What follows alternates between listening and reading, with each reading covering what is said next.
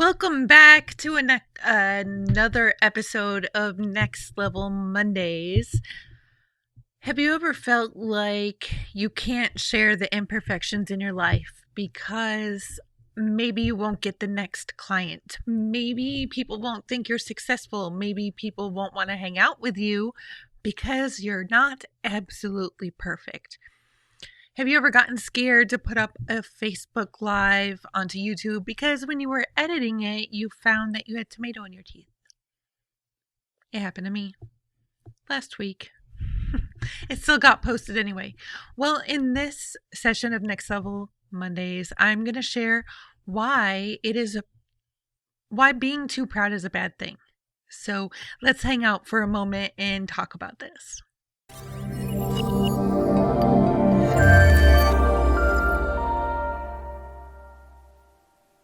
I want to share a story with you. This is from the fall of 2017. I was at an event. I'm not going to name the event to you, that's irrelevant. And I was asked to go up on stage and introduce myself. I am a podcaster. In case you don't already know me, sorry, I should have introduced myself. I'm Kim Sutton. I'm host of the Positive Productivity Podcast, and I'm also a marketing and business automation mentor. But at this event, I was a so-called icon. And as an icon, I was there to listen to people pitch me to be a guest on my show.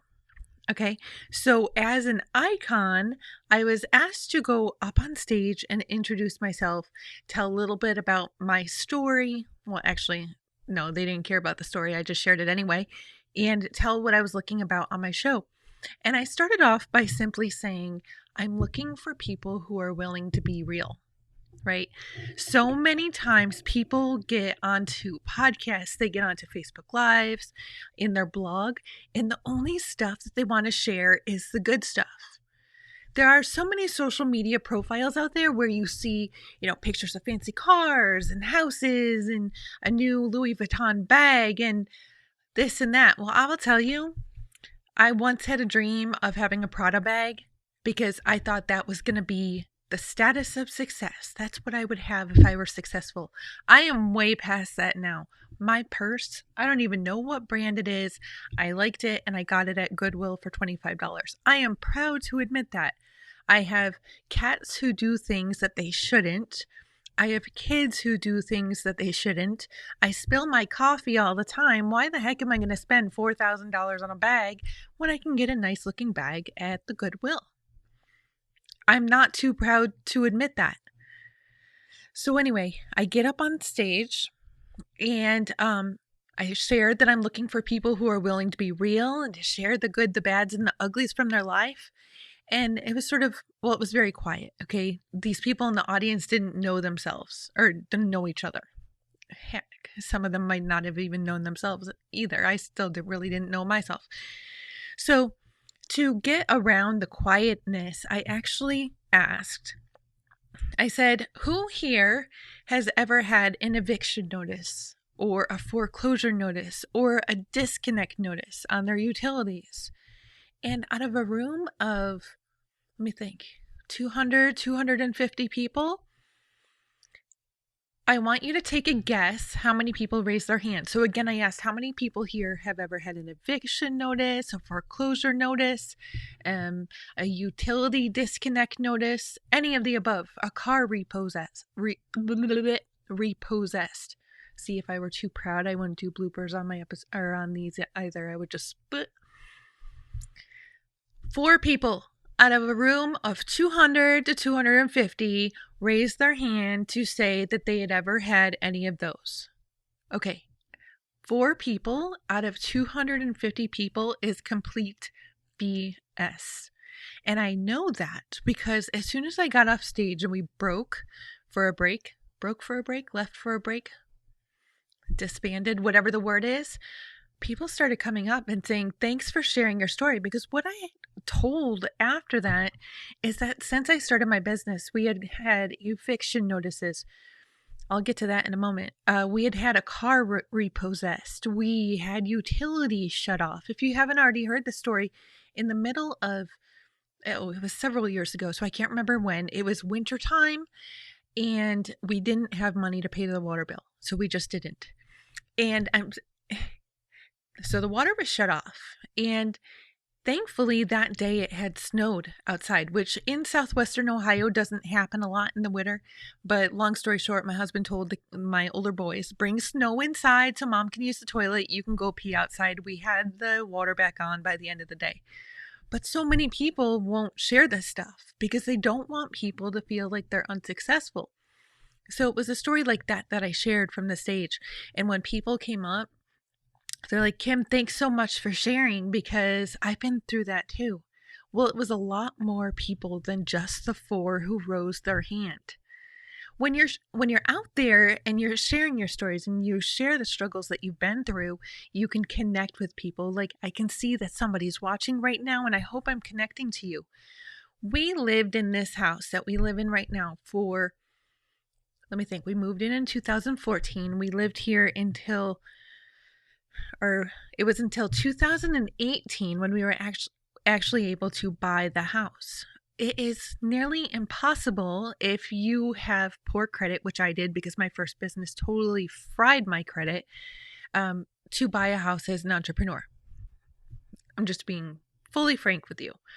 All right, so it took 4 years to find a bank that would give us the mortgage. But during that time, our landlord was just getting so frustrated with us. And I went through waves of good clients, bad clients, good clients, bad clients. There were so many months when we were late on the payments. She was so frustrated with us that in April of 2018, she told us either you give me another lump sum down payment so that I will extend this lease to own status, or I'm going to have to file the eviction papers like tomorrow. I was scared out of my mind. Honestly, I remember that day because I was recording a podcast episode with Christina Miller and she was sharing her story and how there had been just cycles of good and bad in her business, and she just kept on having faith. She knew God would take care of it. And while she's sharing her story, I'm muted on my side, like the same microphone that I'm using right now. I had to mute because I was sobbing like those disgusting tears. Like if I had makeup on that day, which I likely didn't, I probably would have had mascara coming down my face, but I was so devastated because I'm like, we are going to lose this house. If you're just coming into this video, if you happen to join it late, no, we didn't lose the house. I didn't give up, right? I didn't give up. And we bought the house 2 months later. Fast forward or rewind months, let me think. Early 2016, our car was repossessed. I didn't give up. I had the option of laying in bed and crying myself to sleep or crying myself into deeper stress, but I didn't give up. I got up, kept on working, looked for solutions.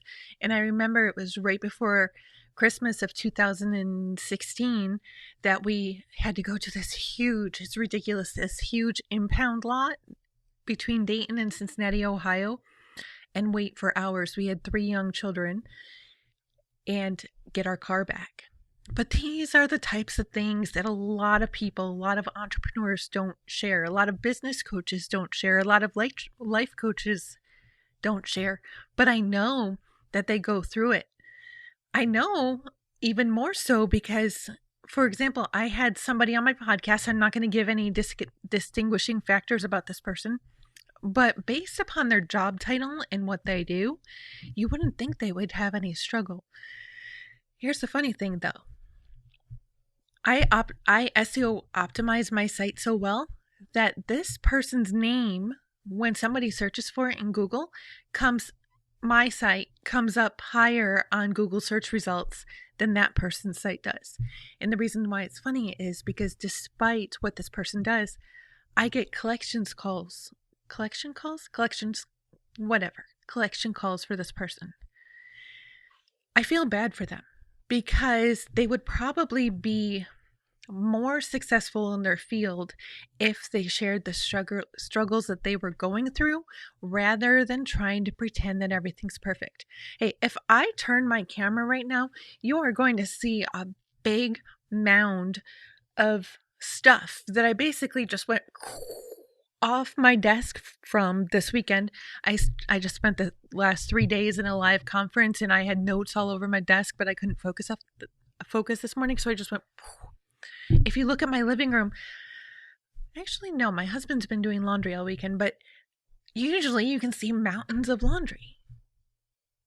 But what a lot of us will do is just shift the camera so that we share the perfect.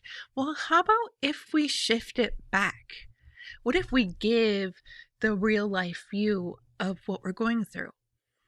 Now, a friend went to a Brennan Burchard conference a couple years ago, maybe just last year. I don't know. Time flies, right? And she came back and she shared with me that one of the speakers had something like, share your scars and not your wounds. I am totally all for this. I am not saying that we should get on and share the dirty when we're in the midst of the dirty. I know that if I had gotten on live and shared what was going on with a horrible client experience, that I probably would have said a lot of things that I would regret. So you can be proud enough not to share the stories in the moment, but afterwards, share the scars, share the lessons that you've learned, right? But share. Don't be too proud to share, because all those lessons that you've learned up to now will be so valuable for people moving forward.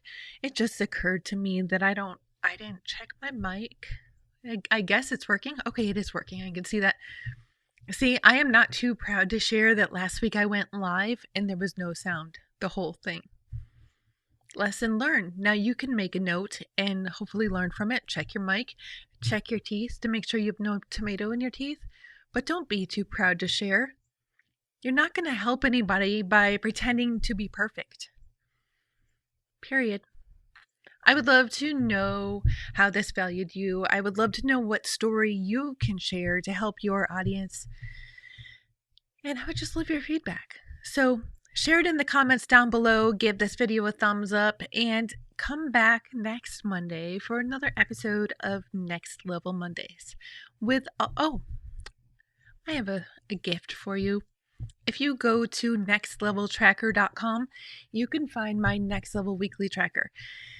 I gamified my productivity, and I know that's totally off topic of this, but my ugliest times in my business wouldn't have come if I would have just focused on one thing at a time, and if I had focused on doing what I needed to reach the next level of my business. Because I will tell you right now that scrolling in Facebook groups all day, scrolling on Instagram, scrolling on YouTube, constantly cleaning out your inbox is not going to help you go to the next level. So what I've created is the Next Level Weekly Tracker. I have gamified productivity. So I welcome you to get that spreadsheet for free. It's downloadable at nextleveltracker.com. Now, until next week, go forth and make it a positive and a productive day.